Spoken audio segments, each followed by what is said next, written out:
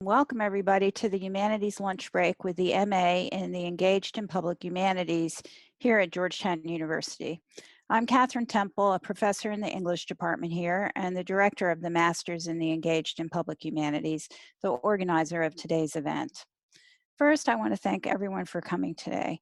And I also want to thank others who may be able to join us, the Dean of the Graduate School that houses this program, Alex Sens, the Dean of the College, Christopher Chalenza, and the Humanities Initiative Faculty Director, Nicoletta Peridou, all for their support. And I thank as well our staff, Christine Tolentino and Justin Perry, for their work behind the scenes. Before I introduce our speaker, Dean Scott Krawczyk, and with a great deal of gratitude for his time today as well, I want to say a few words about our MA degree in the Engaged in Public Humanities. The MA-EPH, aligned with the Georgetown mission of service to others, aims to prepare students for diverse careers in the public humanities, broadly conceived, through a unique approach. We bring together a deep dive into humanities study, career-related study aimed at understanding public humanities institutions and approaches, with carefully mentored and curated internships, allowing students to directly experience work in a number of different public humanities domains. So we encourage you to explore our program at publichumanities.georgetown.edu and to be in touch with me or with the program if you have questions about the program. I could spend the rest of the hour introducing our speaker, and it would be helpful if I could scroll my screen here, but so now I'm successful at doing that. But I'm going to try to restrain myself, but I will say that Dr. Krawczyk is currently the Associate Chief Academic Officer at the University of the District of Columbia. He has held teaching and leadership positions at West Point, where he was chair of the Department of English and Philosophy, at Georgetown, at the National Endowment for the Humanities, at Northern Virginia Community College, and at Long Island University, where he was dean of both the College of Liberal Arts and Sciences and the School of Arts and Communication. Among his assignments during a 30-year Army career, he served as a Ranger Company Commander, an intelligence officer, and a speechwriter in the Pentagon. He had 2 combat deployments, to Panama for Operation Just Cause in 1989-90, and to the first Gulf War in 1990-91, where he was awarded the Bronze Star. During his career, he earned the Ranger Tab, Master Parachutist Badge, Joint Service Commendation Medal, Legion of Merit, and Distinguished Service Medal, among others. I would add that he has worked tirelessly to provide access to humanities education to non-traditional students in many different institutional settings, not the least of which is the Warrior Scholar Project here at Georgetown, and we just completed our 5th year on that project here at Georgetown about 2 weeks ago. So we're going to proceed with a modified interview style event, one in which I, as the interviewer, will work primarily to remain silent and provide space and time for our speaker to speak. And we'll provide time towards the end for questions. So please type your questions into the chat as we proceed, and we will pick up on them towards the end of the hour. So I'm just going to start by asking you, Scott, to give us a bit of a sense of your career. Could you talk about this as a journey or an odyssey, since the Odyssey is the theme here, beginning with your military experience and then taking us through your career transitions? I think this is especially important for the graduate students and others present who are interested in careers in public humanities. Be very happy to, Catherine. Let me just begin by thanking you for this opportunity, and also congratulating you for the great work, not without a ton of persistence, that you have put into that master's program and the Engaged in Public Humanities. Tremendous achievement. And I also want to acknowledge at least a couple names that I see here. Terry from UDC, who I think is a certificate earner from the Public Humanities. I think I saw a couple other names, and one in particular who has a journey not unlike my own, Mike Meese, who actually lived in the house that I lived in at West Point for a number of years. So glad to see so many folks here, and even some friendly names, Trey Sullivan and others. I don't want to try to capture all of them. So I normally start this story about my background by saying probably the most seminal event as I look back was that I was the first English major to graduate from West Point. That sounds a little odd, but the curriculum at West Point prior to the class of 1985 had no room in it for sufficient electives, so no one had any majors.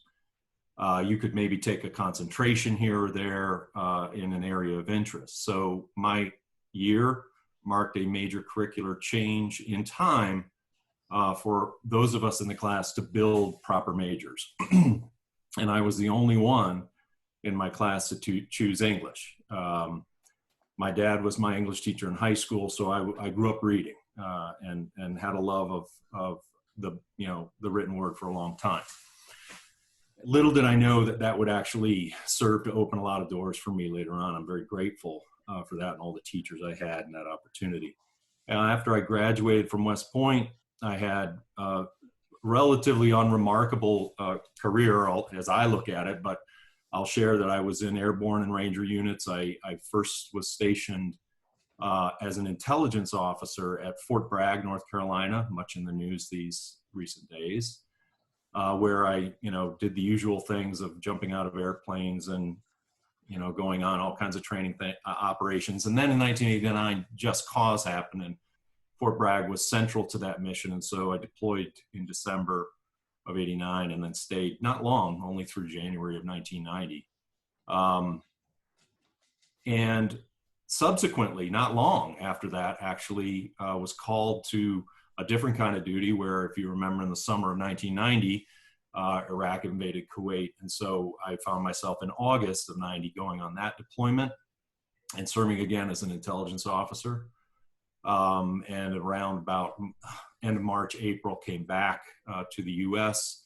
I transitioned in my career at that point and found myself at Fort Benning, Georgia, for training as an infantry at the infantry school, and decided at that point to sort of do a diversion of my career out of what was a path that would have been in the direction of Special Forces to stay at Fort Benning. And that's how I ended up in the Ranger Regiment. And I worked as an intelligence officer first, and then I became the headquarters company commander, the 75th Ranger Regiment. The interesting transitions begin to occur for me after that tour, because at that point I had in the Army's sort of vast experience at that point, I'd been in a sense fortunate enough to be at all of the key places, all of the places where something was happening. Not everybody got to go to Just Cause, very few actually out of the Army. Even the Gulf War, it's not as though everyone got to go to the Gulf War, but a ton more obviously did. But if you had those two experiences, you were sort of set apart at the time, and you carried yourself in a certain way because you'd sort of been out there, on the front lines. And I certainly felt that way. But at this time, I actually went to University of Rhode Island to get a master's in English en route to West Point. And here's where that English major paid off for the first time, because I was invited to come back and teach, and I was very grateful for that opportunity. So I taught for a couple of years there. I went out to Kansas for what's called the Command and General Staff College. It's a year-long experience, middle-level educational credential for officers who are going to stay in longer. Usually they go around 10-year mark. I'll probably come back to Kansas, the Kansas experience later, and talk a little bit about that. And then I transitioned to the Pentagon and worked a couple of places, first in the SecDef's office. And then I found myself at first not wanting to be a speechwriter. It didn't sound like the most thrilling thing in the world, but I worked for a man named General Shinseki, Eric Shinseki, who you probably know is a former Secretary of Veterans Affairs, who was a phenomenal Chief of Staff of the Army, and I had a tremendous experience working for him as a speechwriter.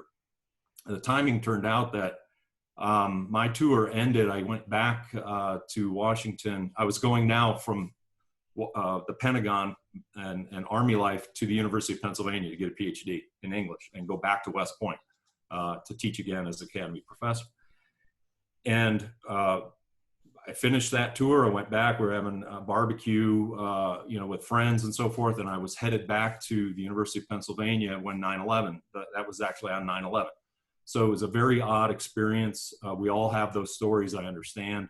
A colleague of mine, Kip Taylor, was a speechwriter for the G1. He and I had traveled together. He was one killed. And the two guys who I brought into the position, I never thought of this actually until sort of preparing for this.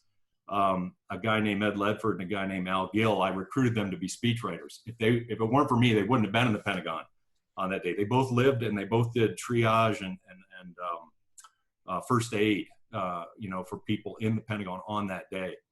It was a really interesting time, to be sure, and a very odd time to find myself on a civilian campus, having been there just so near in time previously.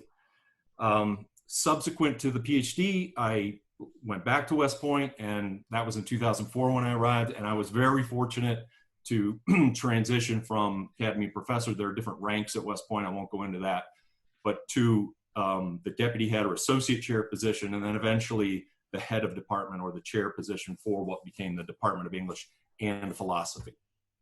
I retired in 2015 from the Army and transitioned into higher education. I taught two things I did. I taught in the Georgetown School of Continuing Studies, and as an adjunct, and I worked at the National Endowment for the Humanities, overseeing the state humanities councils and all the state and local programs for public humanities, which is, if it's a world unfamiliar to you, I encourage you to look into it, and I'll address that again probably later.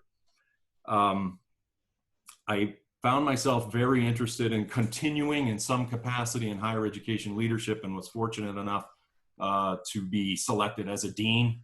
That took me back to New York, and I was in Brooklyn, LIU Brooklyn, just until this past year, and was selected to be the associate chief academic officer at the University of the District of Columbia. So I've been a teacher all along, teaching in the humanities, teaching English composition, and so on and so forth, but also now more playing the administrative role. And it's been a great journey, and the doors all really opened up for this in my life, because I happened to pick, a humanities subject to major in, and it has served me very, very well.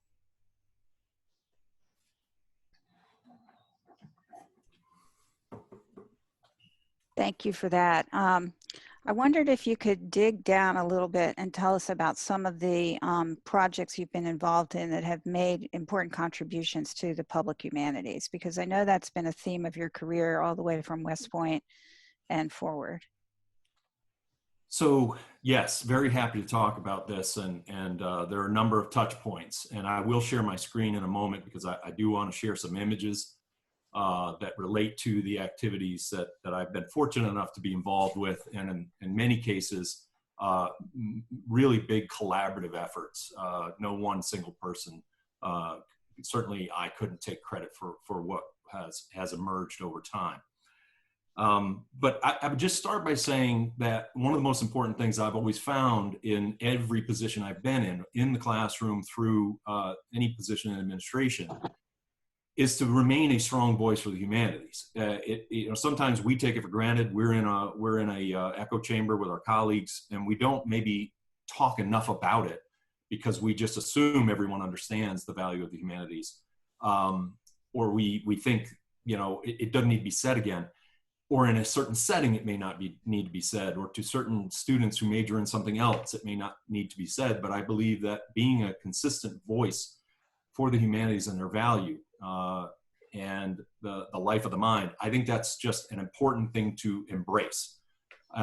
In the context of the public humanities, I also think that at every level, and I think this is from the classroom on up, doesn't matter what rank you are, what your field is, I think making the public humanities a sort of habit of mind, thinking about public engagement as a habit of mind, is something that we can do a better job of. That does happen, but I don't know that it happens programmatically. It's not necessarily a habit of mind of many folks who study in the humanities. I think we're surrounded by a lot of introverts. INTJ is what you're looking at right now, for instance. But it is an important dimension because I think through that kind of engagement, we tell our stories, we demonstrate the value, and we influence lives. We influence narratives. And that's really at the heart of what the public humanities is about. So just the mindset to begin with, regardless of your specific sort of duties or responsibilities. I have done the sort of standard scholarly public humanities thing. There was a Keats Shelley symposium at Fordham several years ago. It was open to the public, we presented papers and so forth. I was fortunate enough to go to the University of Leeds in 2013.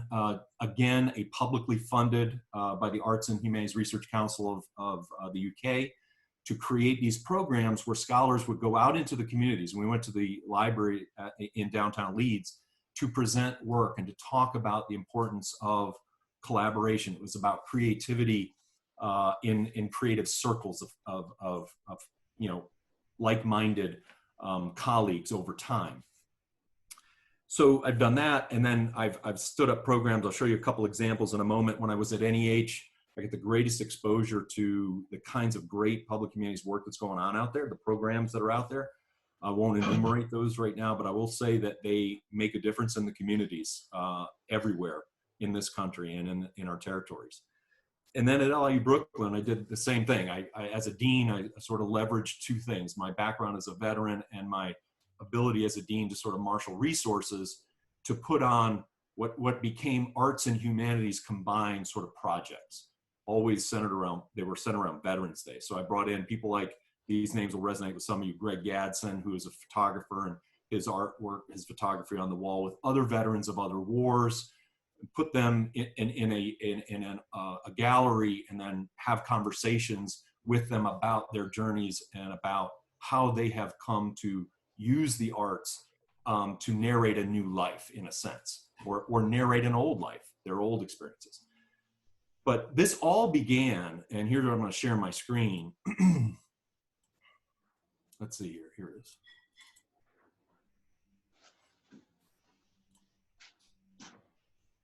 And I'm going to ask if you can see that and if you can still hear me. Okay. So the cover picture for this particular event comes from what I would call an emblematic public humanities event that a few of us generated. This wasn't my brainchild. This was a number of folks. We were always thinking about ways to feature humanities content, to bring public in, to put it in front of our cadets at the time, the students, and to find important themes that we felt would be relevant to the context of the time. So on that day, I was talking at the microphone in the image for the event. We brought in Sean Mullen, who's on the left there, a West Point graduate who became a filmmaker, went to Columbia, became a filmmaker, and he made a film called Amira and Sam.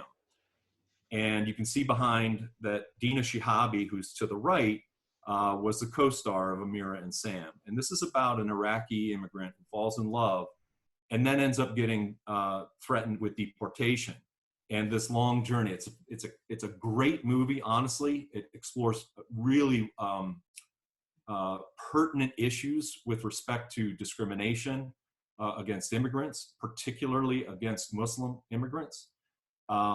And all of the human dimension of a soldier and a civilian meeting and falling in love. And so it is technically a kind of romantic comedy, but it's far, far more than that. It's a very thoughtfully done artistic film, and I would recommend it.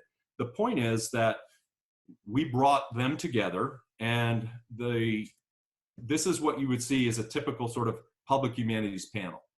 So the way that we tried to engage was to bring in people involved, show at least clips of the film, if not a film screening. And then you see here John Nelson on the left. He was a colonel at the time, and he was overseeing a cadet club called the Film Forum.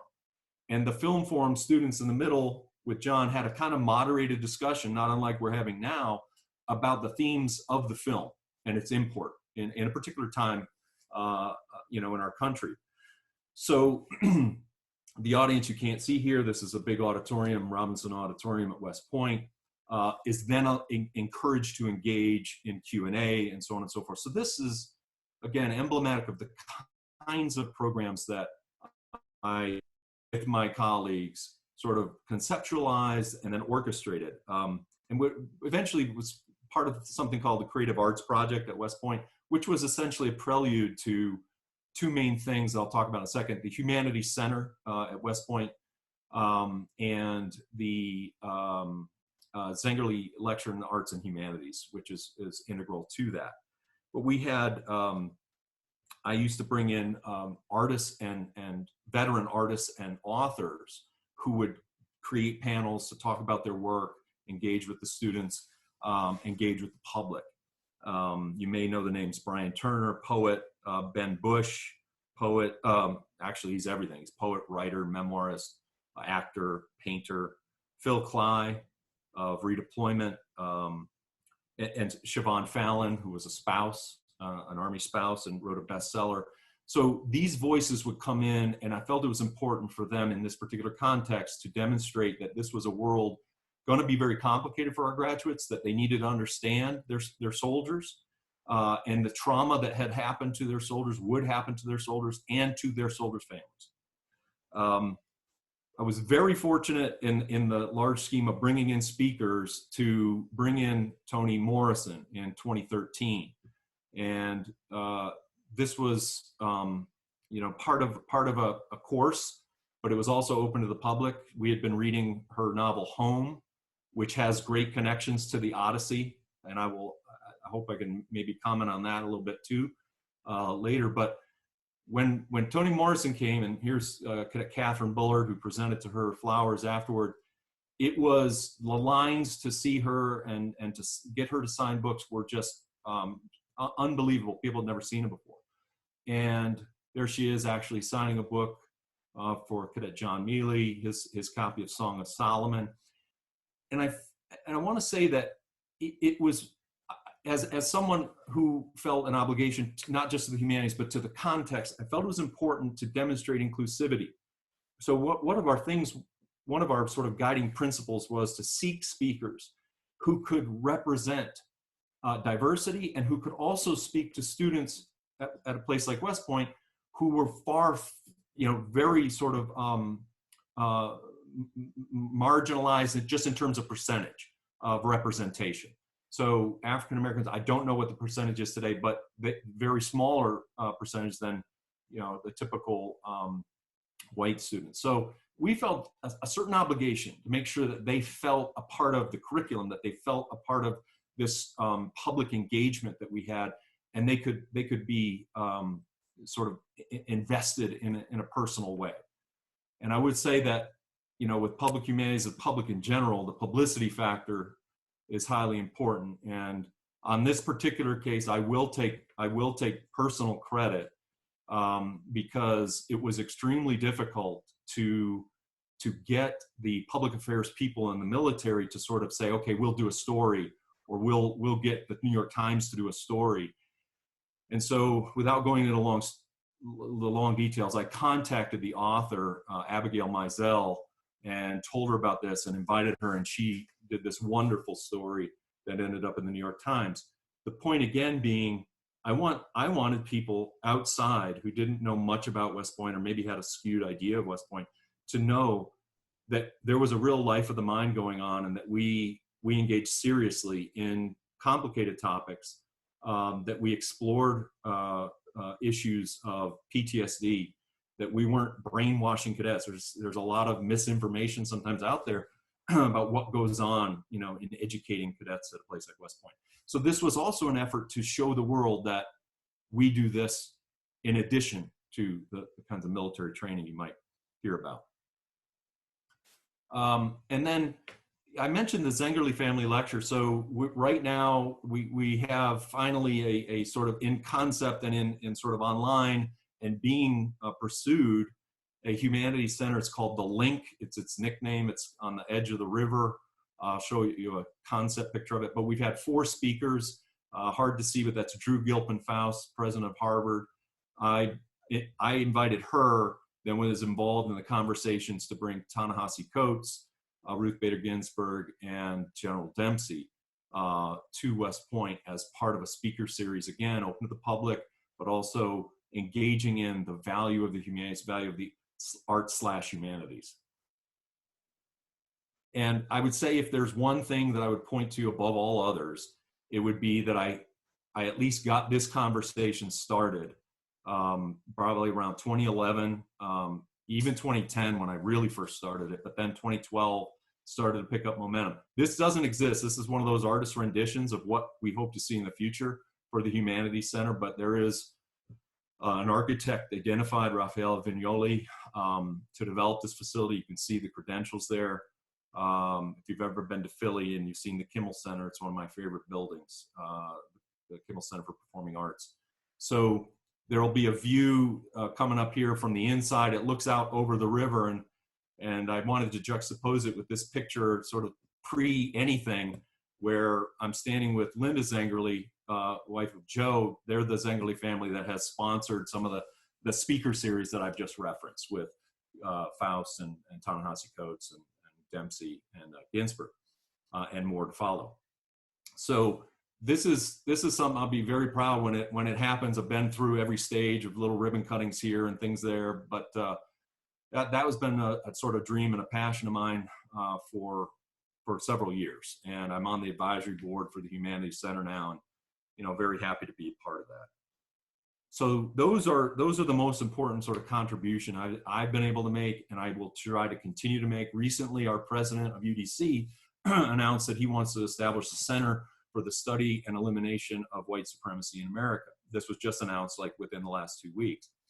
And there is great public humanities opportunity there in something like that. And in fact, we've just been talking about some of the public humanities sorts of things that could be done as a corollary to that work. So, and I hope that we just continue. I hope to continue to contribute in whatever ways I can to projects like this. Thank you. I think that gives us an overview of what's possible from an administrative perspective, and in those particular contexts, and certainly some amazing achievements. I wanted to take you back now to the classroom we were in last year when you came to speak to my freshman students about the Odyssey and the veterans' experience in relationship to the Odyssey. And I think it turned out to be, I know that it turned out to be the most significant class they had last semester. And I wondered if you could talk a little bit about the relationship between the Odyssey and the contemporary military experience. How might reading the Odyssey, a classic text, help soldiers understand their experience and help us understand our experience?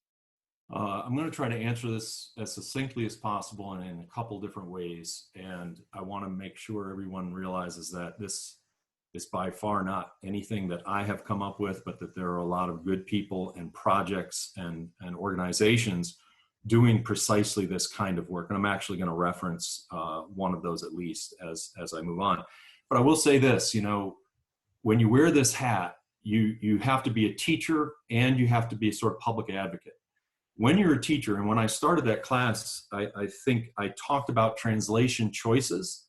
And I'm not going to show all this right now, but I dove into Jonathan Shea's important work on Odysseus in America and the difficulty of transitioning back after combat. This is the follow-up to Achilles in Vietnam, where he explored PTSD in pretty significant detail, a really important, groundbreaking in many ways book for the military community, for the military medical community. So, but I started just in the ways that we want to do with critical thinking. Why do you think Shea chooses a particular passage from Fagles over one from Lattimore, or from Fitzgerald, and what purpose are those serving? So in some ways, it's always about critical thinking, critical engagement, and understanding the rhetorical intent. And so that was clearly a part of what I tried to bring to the table at first, as a part of, here's how I would approach this, and we should be able to analyze these different translations and pull out of them how they emphasize or de-emphasize different aspects of the narrative. So and I'll just mention, you may be wondering what exactly. So one of the things that Shea does in the very beginning of Odysseus in America is he contrasts the mind of the veteran with the sort of, how should I put it, the sort of disengaged civilian world that is maybe consumed with material things, and it's not really tuned in at all to the veteran. And in part, this is a problem in some respects, no question about it. But in order to generate the kind of reading that Shea needed to do in this particular scene, he had to present the Phaeacians and King Alcinous as a kind of distanced, disengaged and not really understanding, sort of rich people at partying all the time. And I wanted the students to understand that that is a little bit of a stretch if we read the text carefully, and if we look at different translations of the Odyssey and we think about host relationship to and obligations to a suppliant, so forth and so on. So that was the sort of beginning of my conversation. But then I talked also about more specific things, and I'll just share my screen again. Sorry, just a second here.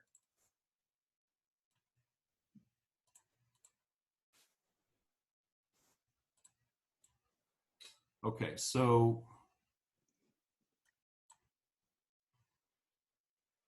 hang on a second.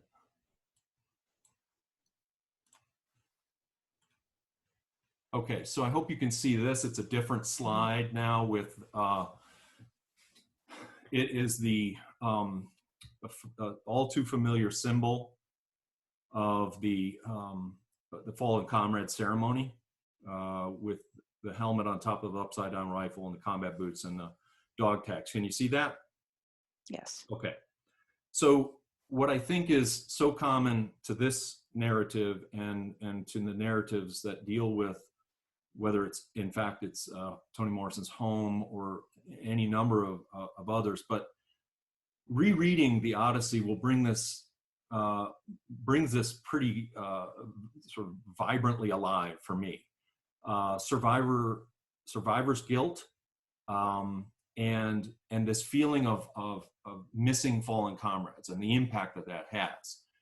So one of the things that I noticed in this particular, in the recent readings, and I think it came when I went to your class, Catherine, there's a moment in book 9 where they have left the Cicones. They have raided, sort of the first scene of them raiding, and they're sort of fresh out of combat, and they act, as though they're very much still in combat mode, and they get a counterattack and they lose a good number of the soldiers, Odysseus does. And he narrates, he says, "From there we sailed on, glad to escape our death, yet sick at heart for the dear companions we had lost. But I would not let our rolling ships set sail until the crews had raised the triple cry, saluting each poor comrade cut down by the fierce Cicones on that plain." And I had never noticed this before, for one reason or another.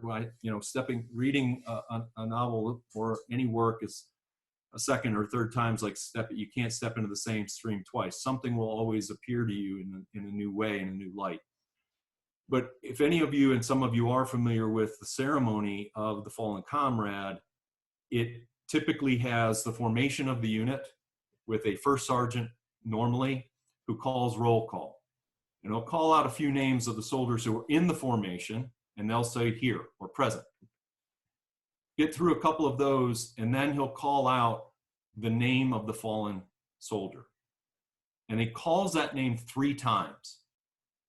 A triple cry for that lost soul. And after the third begins the bugle with taps. And I feel, as I look back, there are a number of places in the classical tradition where I think that these moments have been passed down somehow and have been picked up in a ritual way. And we still hold them, very dear to us. And yet we're talking, millennia of difference, but that same sort of feeling and tribute and sense of loss. So this is just, a pretty straightforward sense of that survivor's guilt. But I find there's this other simile I want to point out where, if you know this work, Odysseus is at the court with this Alcinous, and he begins to ask the harp player, the singer, Demodocus, to sing of the great Trojan horse, sing that story, because he's so great. And Odysseus celebrates him as a great singer who feels as though he's been there. He's so true to life and how he presents his account of things as a singer at court. And when he does this, Demodocus, Odysseus weeps. And actually, King Alcinous reaches over and says, hey, we got to stop. He notices Odysseus is very upset by these memories. And the comparison, the simile here strikes me as really interesting. And I'm sure someone's written about this. I am not a scholar of the classical works, the Odyssey. And so I'm sure someone has talked about this. But the fact that the simile is to a woman, in fact, a woman who has lost a husband in battle and wails over that loss, clings for dear life, screams and shrills. This is how Odysseus reacts. And I think that underscores the powerful, powerful connection that this soldier and many others have with their comrades that goes beyond the sort of slapsticky buddy, some of that stuff you see or in movies. It's a deep, deep bond, and it can be a troubling, lifelong, heart-rending experience to have experienced this loss. So that struck me as a really interesting choice on the part of Homer. Interestingly enough, after the end of this particular line, it talks about the wife being poked in the back by the sort of the blades of the enemy and taken as a slave. So essentially, from that moment off into an odyssey of uncertainty and pain and anguish. So the parallel is there in that way too. So loss, memory, and surviving, and failing to forgive oneself for surviving. Number two, I want to point out being stuck between two worlds. Shea talks about Scylla and Charybdis in an interesting way, in that he references the Vietnam veteran sort of always on tiptoes between danger, trying to skirt danger and sort of one thing to another, and being hyper aware all the time. But when I look at this sequence, which is in book 12, I find it very powerful, very interesting. So as they are trying to get through, if you remember this, Scylla grabs 6 of the comrades of Odysseus, and at the end smashes them, takes them, and this scene shows them screaming to Odysseus and reaching for him. And he says, of all the pitiful things I've had to witness, suffering, searching out the pathways of the sea, this wrenched my heart the most. So I pay attention to that because it's extremely powerful, that particular moment, what he saw, how they yearned and called for him, and how he was helpless. Now, later in this particular book, you may recall that they end up going to the island of Helios, the cows, and they make the mistake of actually killing cows, and therefore Zeus decides, I am going to wreck your ship. And this is where Odysseus ends up clinging to the mast all by himself after everyone else drowns. So he, after this particular incident, ends up by himself drifting. But where does he drift to? They had left and made it through Scylla and Charybdis successfully. They landed on a safe island. Then they rummaged the island inappropriately, upset the gods, and they're punished. He's the lone survivor. And what happens at the end? At last, the west wind quit, and the south came back at once to hound me even more. To hound me even more, making me double back my route toward cruel Charybdis. All night long I was rushed back, and then at break of day I reached the crag of Scylla and dire Charybdis' vortex, right when the dreadful whirlpool gulped the sea the salt sea down. For me, as I look at this, this is an interesting moment of the soldier, the sailor, the service person being torn and brought back between two worlds, trying to move forward and being brought back, almost sucked back by that vortex to the single worst memory he had out on the sea all that time. And I think there's something about this being in between that veterans can relate to, of being sucked back by memories, sometimes at night, all night long. I was rushed back. There are interesting ways this maps on. And here's the other thing about, I was talking about teaching or talking the humanities. On the one hand, use texts and critical thinking and so forth. On the other hand, to do good public humanities, you have to talk about applicability in the real world. You have to talk about how these things map onto other contexts, other people's experiences. You have to take the context of the classic for a moment out and apply it elsewhere. And I think this is an example. Shea doesn't talk about this in this way, but where the veteran is struggling and gets sucked back to these memories, especially to the most painful memories. Finally, I would just say this, that coming home, it's always a challenge. And we've seen this in various films we've watched, the books we've read, certainly in the Odyssey. Just the journey itself, hard to get there. It's in a way an allegory of the difficulty of getting back home. But then there are also these problems of staying in combat mode. Shea, I can't really teach the Odyssey or think of the Odyssey anymore without Shea in my mind. I mean, we have to forgive. There are moments when Shea needs the narrative to do something to prove a point, and that's fine. And by and large, these things really resonate. His exploration of this text and also the Iliad. But there are these impulsive behaviors. He talks in a chapter here about sort of thrill-seeking, combating boredom. You've been on this particular level, and you're just not able to come down from that. So it can manifest itself in all kinds of acting out kinds of behavior. And one of the things he points to is Odysseus. Why does Odysseus go to Polyphemus's cave? Why does he taunt Polyphemus?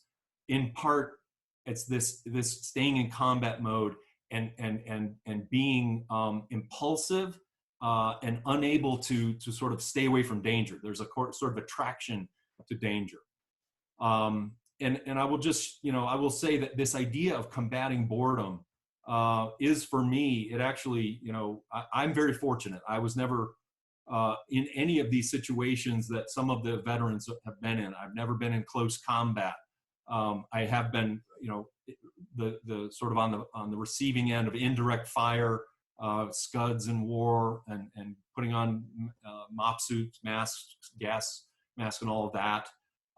Some direct fire, but very, very minimal, and nothing ever happened.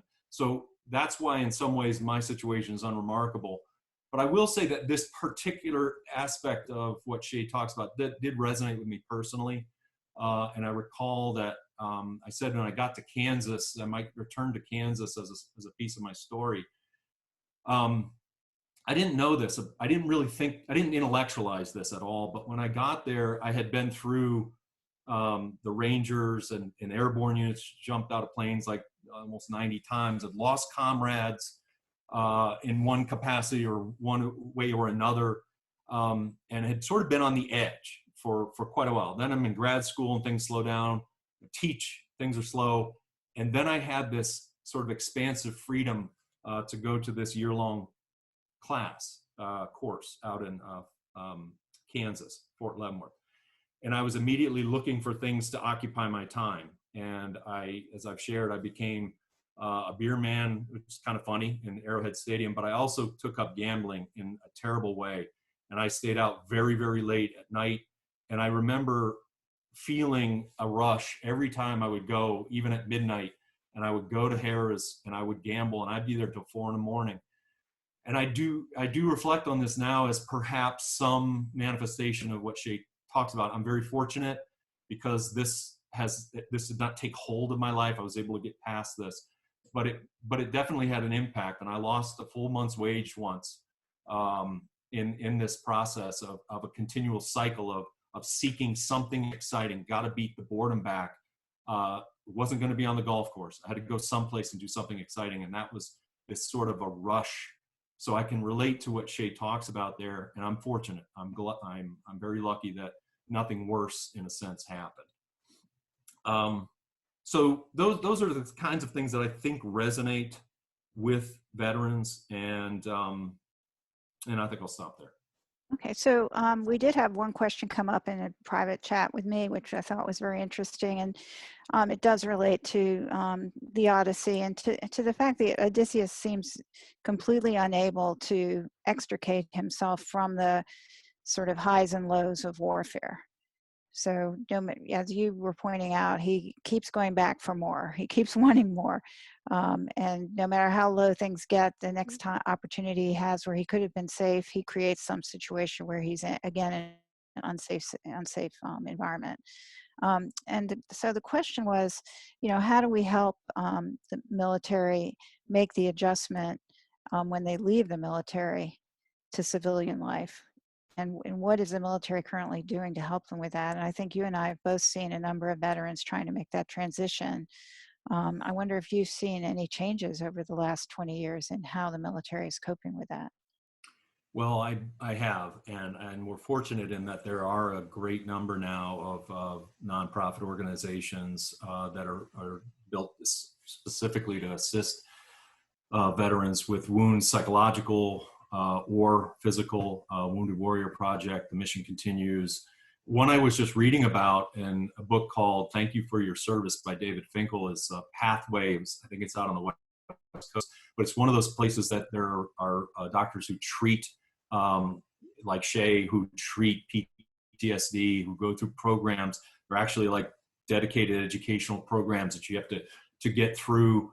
And there are programs like that. So what can we do? Well, we can support those programs if we have a chance, if we're able. We can certainly share information about them, read about them, be more knowledgeable about them, and be empathetic at the end of the day. I think that there are a number of well-intentioned folks in the world who would love to be able to help in some way. And I would suggest that if you do some searching for programs related to veterans' experiences, there are actually a number of them, whether in the arts, sometimes in the arts or the humanities, public humanities, as I alluded to earlier, or in more sort of clinical scenarios. So I think just being aware and being able to mention these, you may mention it to someone who knows a veteran. If you hear, perhaps, you don't feel comfortable talking to the veteran, but you could share that, you'd heard success stories or that this could be helpful, that kind of thing. Okay, thank you for that. So I do want to open it up to questions, but before that, I did want to ask on behalf of the undergrads and the graduate students who are in the audience today, if we can just turn back to the more practical world of career pathways and diverse careers for humanities students, what would be your advice to the humanities students as someone who made a transition from a PhD in English and academic position out into public humanities position at NEH and now to the various academic administrative positions you've held? Sure. So I actually do have a slide on this. So I know that, a lot of this is easy for me to say, and I understand that. I'm very lucky. I've been at sort of the right place at the right time. I've been grateful for the opportunities that I've been given, but I had a flexible sort of mindset. And I've sought opportunities to develop what I would call a broad portfolio. And I would offer that developing a broad portfolio of experiences and skills is an important first step.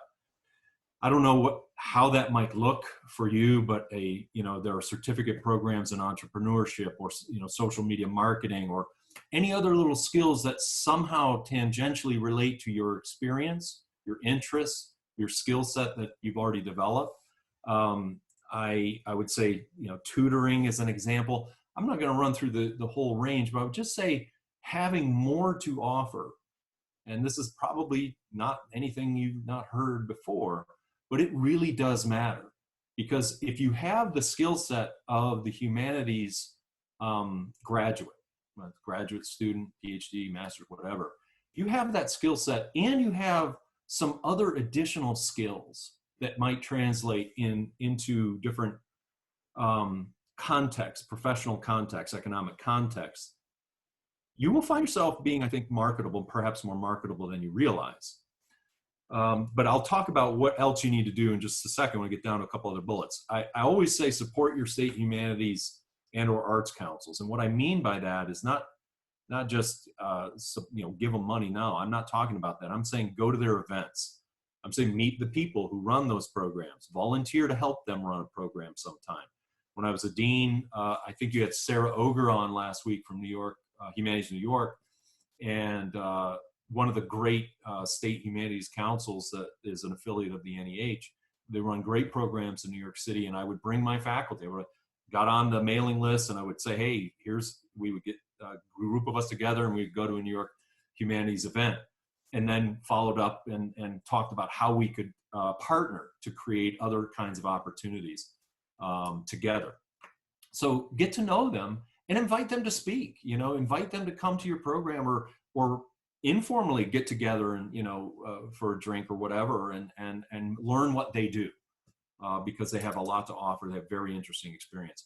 I would say and this is a great example of what's happening that has happened at Georgetown, is demand curricular change in your departments, divisions, and colleges. If you can't come up with a program like the Masters in Engagement Public Humanities, maybe you could come up with some course offerings within programs that expose students to the public humanities in a more deliberate way, and that perhaps even engage you in a kind of internship opportunity to do more formally the work I was just describing that you might do as a volunteer.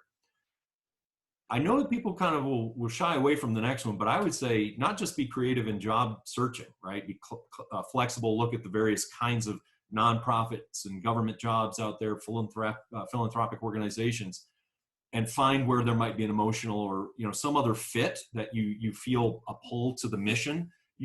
I guarantee you they'll need someone good in communications who can also do some research on issues, social issues, whatever the case may be, and that will be right up your alley. But I would go a step further and I would say apply to these jobs, regardless of your intent, regardless of your current career, where your path is headed. Apply to get the experience. Try to get an interview. Maybe do a practice interview with somebody that you know who's in that world, or maybe actually get an interview and go see what that feels like and take notes. To that sort of point, create more than one CV. You should have your academic CV, and you ought to have a more practical CV that could be more applicable in various economic settings, various sectors within the economy. And then don't lose faith in the humanities, right? The knowledge and skills that you developed are going to be valued. There are valued, they have been valued, they will be valued. Perhaps even more so in today's economy as we move into the quote unquote new normal, but they will always be valuable even when that new normal is the old normal. So don't lose faith. Cling to those, but be flexible and be able to try to be able to translate what you do to other audiences, to think about how you articulate what you do. One of the, if I may, sorry to look at the time, but one of the challenges of public humanities is that those who are asked to go and speak at an event, as I was at the University of Leeds and at the Leeds Library in the UK, they were talking in a public forum to an academic audience. This is not a good fit. And so developing the skill to be able to talk about what you do and how it relates to different contexts outside of your specific research context is crucial. Okay, so I do want to open it up to questions from the audience, and we have a couple, and those of you who may have further questions, please feel free to put them in the chat. If we don't get to everything, we will still attempt to respond to you on a one-on-one basis after the event closes. This is a question from Anne Barlieb. where she thanks you for your insightful, thought-provoking work. And she wants to ask, do you deal personally with PTSD yourself or people close to you? What have been some effective ways of coping with or managing PTSD? Do you think there's any kind of stigma or discrimination against those with PTSD in academic or professional settings? I think, first of all, as I said, I think in retrospect that there were behaviors that I manifested at a time in my life that align with something that Shay talks about. But I'm very fortunate in that I don't feel residual impact from that. I feel as though enough time has sort of, distanced me and other experiences and so forth. So I'm not personally, and I'm grateful for that. But yes, it is a problem. And yes, there is still a certain stigma to it. But let me just emphasize that the Army's been aware of this. And I'm not a spokesman for the Army, by the way. I'm going to just tell you that the Army has, and the military has been aware of this and has been working very hard to destigmatize psychological wounds and to encourage people to seek help. And this has made a difference in the lives of our servicemen and women. Does it solve the problem? Not necessarily. Does it allow someone to move to a new phase of a more normal life? Maybe so. And in some cases, yes, absolutely. Will they ever get perhaps to where they imagined themselves being back home? Maybe, probably not, because they're forever changed. But I would say that more than ever, our country has reached out, has recognized this as a serious problem, and it's in the military ranks far more talked about, far more accepted as a real condition of service, regardless of the context. This is something Shay says. It's not Vietnam. His study is mostly Vietnam vets. It runs the gamut. You can find manifestations, as we were looking at them here in the Odyssey, of something like PTSD in every conflict. And so I would say, if you haven't read Thank You for Your Service by David Finkel, he actually starts with a soldier named Adam Schumann who leaves the combat zone after checking into the sort of psychologist's office, something he never thought he would do. But he had so much suicidal ideation, something that we talk about in the military now much more openly, that he recognized he needed help, and he was able to go home. And it was a journey. Nothing happened easily, but he got on the right path and actually went through that pathway program I was referencing a moment ago. Okay, thank you. And then we'll just take one last question. This is from Mark Dudney, who is a public humanities historian in Tennessee. He's curious to know, as he says, it seems that you were working with NEH under Dr. Adams' tenure there, and he's a fan of Dr. Adams, but he's curious to know if you'd worked with the Veterans History Project. Were you involved with any of the work with veterans there? And is that ongoing in any way?